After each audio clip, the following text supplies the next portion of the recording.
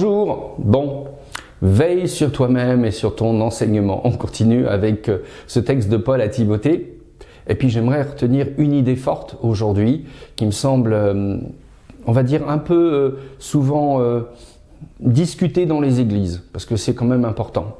Dans l'idée de veille sur toi-même, il y a l'idée aussi de veiller à qui on accorde sa confiance. Ouais.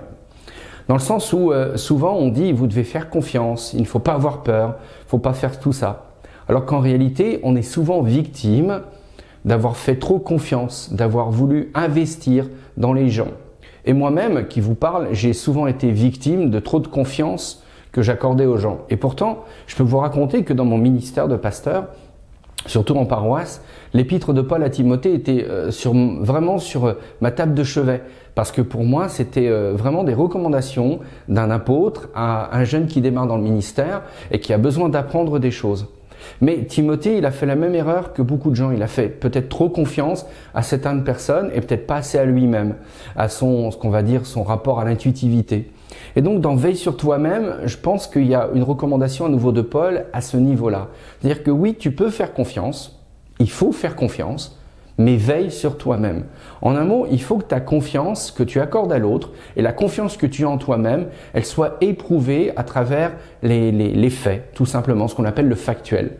Et donc moi, je suis très attaché maintenant à ça. C'est pour ça que, par exemple, dans le cadre de la mission protestante online, on a choisi de travailler avec une petite équipe parce que on a besoin d'apprendre à veiller les uns sur les autres et à se faire confiance les uns avec les autres. Il y a un proverbe qui dit qu'on connaît un ami quand on a mangé un sac de sel avec lui.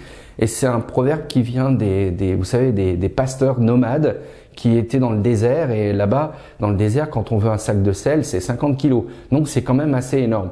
Donc, l'idée de veiller sur soi-même, c'est aussi l'idée de faire confiance et de se faire confiance. Et quoi qu'on en dise, c'est quand même très important. Alors, je veux juste terminer avec ça et vous encourager pour cette journée et vous dire attention, c'est pas que je veux vous faire peur, mais souvent vous serez victime de trop de confiance. Mais d'un autre côté, vous serez aussi victime de ne pas avoir assez fait confiance.